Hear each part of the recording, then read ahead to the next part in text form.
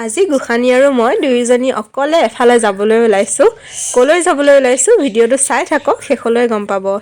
এই গেটটোৰ কাৰণে যে ক'ৰবালৈ আহিলে 15-20 মিনিট এনেই যায়গৈ। আজি যেনিবা স্কুটি ননাৰ কাৰণে গেটটো নুঠোৱাৰ আগতে পাৰ হ'ব পাৰিলোঁ। অহা কাইলৈ আমাৰ ইয়াৰে আঞ্চলিক বিহু আৰু বিহুত নিমন্ত্ৰণ কৰিছে ৱাশ্বিং পাউডাৰ নিমা। কাক নিমন্ত্ৰণ কৰিছে গমটো পাইছেই চাগে, মানে বেনাৰখনত দেখিছেই।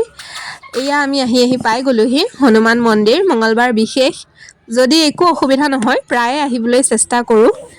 এয়া চাওকচোন জিলমিললৈ একদম গ্ৰিলৰ ফাকেৰে কেনেকৈ জুমি জুমি চাই আছে। চাকি গছিও লগাই দিলোঁ। আজি যে ঘৰত এখনো স্কুটিও নাই, বাইকো নাই, সেয়েহে টমটমতে আহিব লগা হৈছে। আহোঁতে এয়া টমটমৰ কাৰণে ৰখি আছোঁ আৰু জিলমিলকো কিবাকিবি সুধি আছিলোঁ। তেনেকুৱাতে আকৌ দাদাই নতুনকৈ গাড়ী কিনি আনিছিলেহে। ভাগ্য ভাল, একদম পূৰা মন্দিৰৰ পৰা আহোঁতেই নতুন গাড়ীতহে উঠি আহিছোঁ। আপোনালোকৰ বাৰু কাৰত উঠিলে কাৰ কাৰ মূৰ ঘূৰাই? মোৰ যে মূৰো ঘূৰাই আৰু লগতে বমিও হয়। বাইক, টমটম, স্কুটি, টেম্পু এইবোৰেই মোৰ কাৰণে ভাল।